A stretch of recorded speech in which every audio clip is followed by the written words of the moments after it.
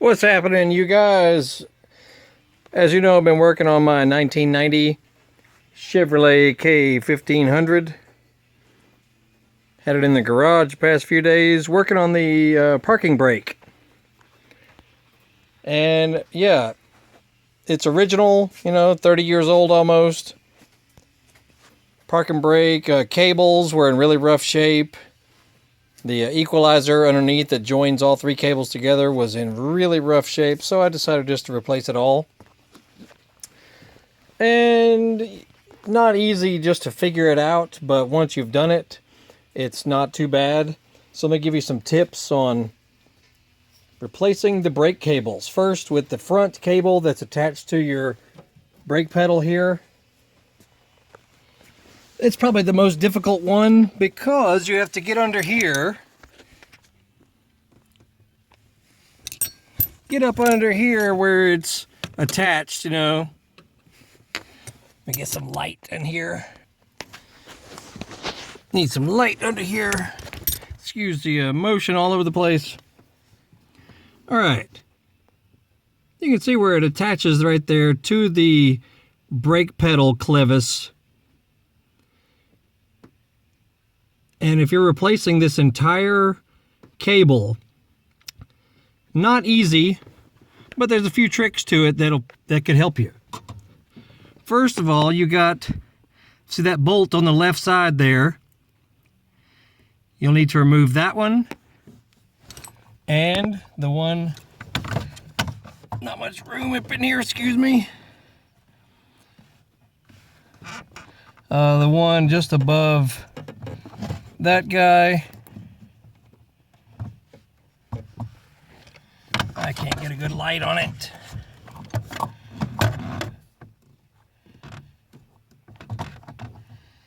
Just above that one, the other bolt that basically holds the brake pedal mechanism in place. You'll need to remove those two bolts because you'll need to pivot this entire assembly so that you can remove the cable. So you need to pull the cable out this way from the floorboard. So you have to pull the entire cable, and it's several feet long. You have to pull it outward this way, and it's pretty much impossible to remove it all from that clevis right there because there's no room to work with. But if you pivot the brake pedal, if you just pivot the entire thing upward a little bit, it gives you a lot more space, including when you're installing the new cable. You'll need to pivot this whole thing around. You'll see what I mean once you remove those two bolts, and you can just push on the whole brake pedal, and it will, it'll allow this whole thing to pivot around a little bit for you. Otherwise, not too bad, but you'll have to poke the cable down into that hole right there. Also, it's helpful if you remove the bolts under here, under the fender, because you'll need to tweak back the fender well, because that's where the cable is going to come out. And it's not easy if you don't do that. So you just remove, there's like six bolts that go up and over the fender well here. Just remove all those, and there's a couple in the center also. Remove all those and you can get to where the cable's going to come out much easier. And it helps if you, I'm underneath now, if you prop the thing open with a big hammer or something so you can get your hand up in there. Otherwise, this thing is made of metal. The black piece is made of metal, so it's difficult to feed the cable up through there unless you move this out of the way like you see here. It also helps if you jack the truck up a little bit, because it's just not much clearance under here. But then you'll run the cable. You'll have one meat right there, and then you've got the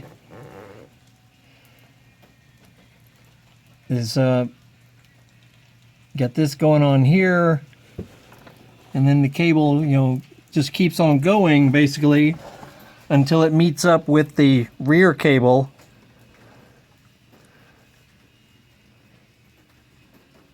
And I'll show you about the left and right wheel, because it's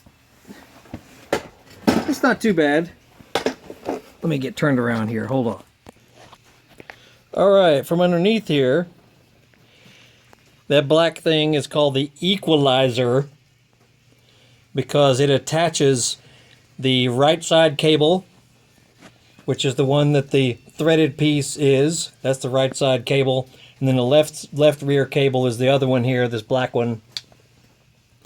It goes all the way to your left rear wheel. And that's your adjustment also. This allows you to adjust the tension on the parking brake as it runs through there. Runs through a bracket hole right there.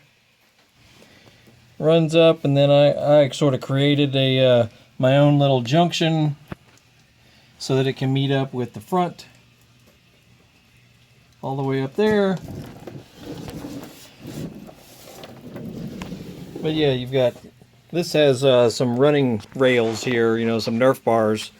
So I believe they may have been made like that with that little cutout right there. So I don't know if yours is any different. It might be. But you basically just have to look for the factory holes to put everything through.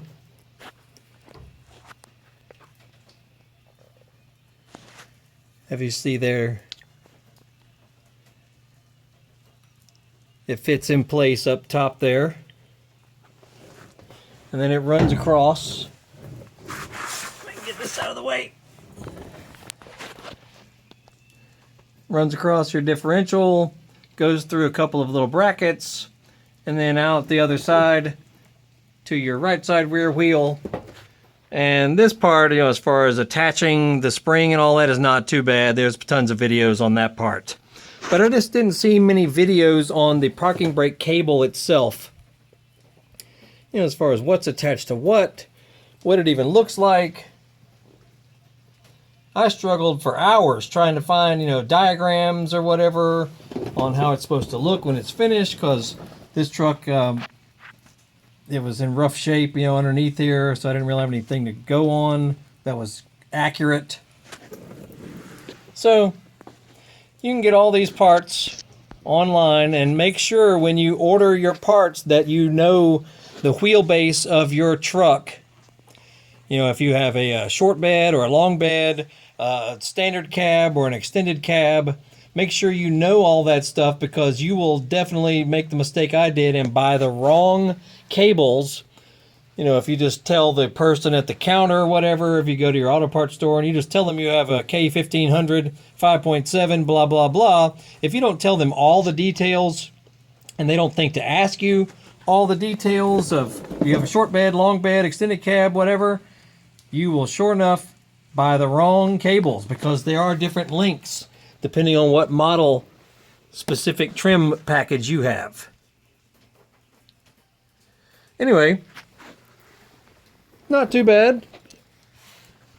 So if you're you know, if your truck doesn't have any parking brake whatsoever, it's not impossible to do. Just you know, it helps to take pictures of everything beforehand if you already have it installed from the factory. You know, just take some pictures of everything before you start tearing it all apart. And you might need to use, you might want to use some bolt cutters if you don't care about your old cables. It's much easier if you just cut those suckers off instead of trying to feed them through and all that. You know, just chop them off with a set of bolt cutters, the old ones, and you won't have to worry about it so much. Anywho, that's about it. Ready to put these boys back on. Parking brake lives again. Y'all have a good evening.